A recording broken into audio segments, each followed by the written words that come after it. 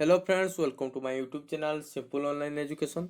सो friend, आज video में आपको नहीं आसी plus two second year MIL ओडियार most important 3 mark selection question जो क्वेश्चन की प्लस टू बोर्ड एग्जामिनेशन 2023 रे आसबार प्रोबेबिलिटी 100% रही।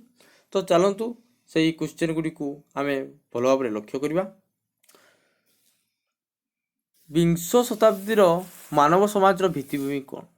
ये है आमर 1 नंबर क्वेश्चन। क्वेश्चन नंबर 2 रही कौन ना वर्तमान रो इतिहास किपरि। क्वेश्चन नंबर 3 रही निघंच वन मध्य वनवासी मानकर बासभूमि को जलद किपरि चिन्ह पारिबो। क्वेश्चन नंबर 4 रही उत्कल कमलर केशर बोली काहाकू कुहा जायछि ओ काहींकी। क्वेश्चन नंबर 5 रही कौन ना गंजाम और जयपुर अतीत ऐतिह्य उपस्थापन करो। ये थी आम क्वेश्चन नंबर 5। या आसला क्वेश्चन नंबर 6 कौन ना संबलपुर अंचल नारी मानकर वैशिष्ट्य उपस्थापन करो। या आसला क्वेश्चन नंबर 7 कौन ना कोणार्क द्रुप्त और गर्वित जातिर पराक्रम प्रतीक आलोचना करो। या क्वेश्चन नंबर 8 रही कौन काहाकू विराडी वैष्णव बोली कहुई। या क्वेश्चन नंबर 9 रही गणतंत्र शासनर स्वाभाविक परिणति कौन बोली जुक्ति करा जाए। क्वेश्चन नंबर 10 रही कौन ना कौन कले शिक्षा और योजना मध्य समन्वय रही पारिबो। या रही क्वेश्चन नंबर 11 रही कौन ना पिलाटी प्राथमिक स्कूल नोट बही पढ़ले कौन हम।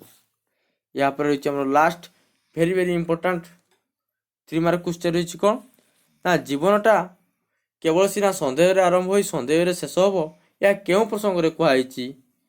ये थी आमर 12टी मोस्ट इंपोर्टाट 3 मार्क क्वेश्चन ये आमर गद्य विभाग थिला। यही 12टी मध्यरु आपण 2टी 3 मार्क क्वेश्चन बोर्ड एग्जाम 2023 रे डायरेक्ट पाइजिबे एवं एथमध्य गोटे उत्तर 30टी शब्द मध्य आपको देवाई पड़ो और यार मूल्य 3 नंबर रही। यापर आमर पद्य विभाग 3 मार्क क्वेश्चन गुड़ी को देखा। प्रथम रही कौन ना आलेक्जेंडर शेष इच्छा कौन थी। यापर क्वेश्चन नंबर 2 रही कौन ना बड़पण निदा कहबार यथातथा विचार कर।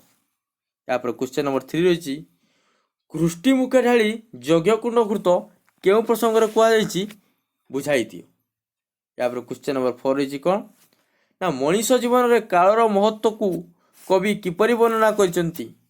ये क्वेश्चन नंबर 4। या क्वेश्चन नंबर 5 रही कौन ना सीता पत्र लिखि रामचंद्र क्यों तपस्या और मंत्र विषय में जाना चाहूले। ये अच्छे क्वेश्चन नंबर 5। या क्वेश्चन नंबर 6 रही कौन ना तपस्विनी सीता काहाकू पत्र लिखिथिले वो काहींकी। ये थी question number 6। यापर 7 number most important 3 mark question कौन ना बंदीर विरह व्यथा कवितार सूर्यास्त कालीन प्रकृतिर रूपचित्र उपस्थापन कर।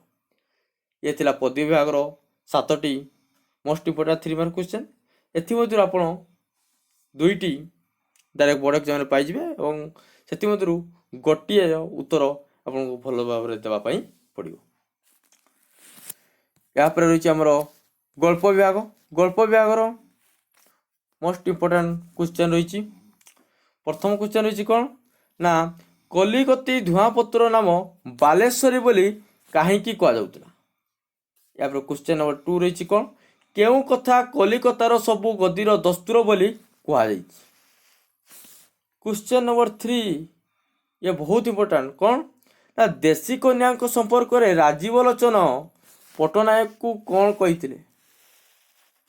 क्वेश्चन नंबर 4 रही कौन ना सासू बोहूंकर प्रथम देखा किपरि थिला। क्वेश्चन नंबर 5 रही हेममाली भो भो होई कांदी उठिले कहीं। ये अच्छे क्वेश्चन नंबर 5। या क्वेश्चन नंबर 6 रही कौन ना सोमनाथ क्षीणकंठरे विजय को कौन कही। ये हूँ आमर क्वेश्चन नंबर 6। क्वेश्चन नंबर 7 रही कौन ना ब्रिटिशर गुलाम पर स्थान ना एठी या क्यों प्रसंग में कहुई। ये हूँ आमर 7 नंबर। ये आमर बहुत इंपोर्टाट छुआ या भल भाव लक्ष्य कर। 8 नंबर क्वेश्चन रही कौन ना बनारस रे कहीं संध्या हुए ना बोली कहुई। ये आमर क्वेश्चन नंबर 8। या क्वेश्चन नंबर 9 रही कौन ना विमुग्ध कल्पना लोकरे कंबुगिरब कौन देखी थे। ये आमर क्वेश्चन नंबर 9। क्वेश्चन नंबर 10 रही कौन ना आकाश मार्ग अभिनव घटनाटी को देखी गाई आलोटका मैंने कौन करते। ये आमर गल्प विभाग 10टी इंपोर्टाट 3 मार्क क्वेश्चन। ये 10टी मध्य आप जेकोसी 2टी बोर्ड एग्जाम रे पाइबार चांस बहुत रही। तो जदि आपण को आमर ये छोट वीडियोटी भल लगी ताले वीडियोटी को लाइक करंतु एवं आम चैनल को सब्सक्राइब करवा करंतु जहाँफल प्रतिदिन ये किसी नुआ वीडियो जदि आसे आप सर्वप्रथमे देखिपारे। Thank you.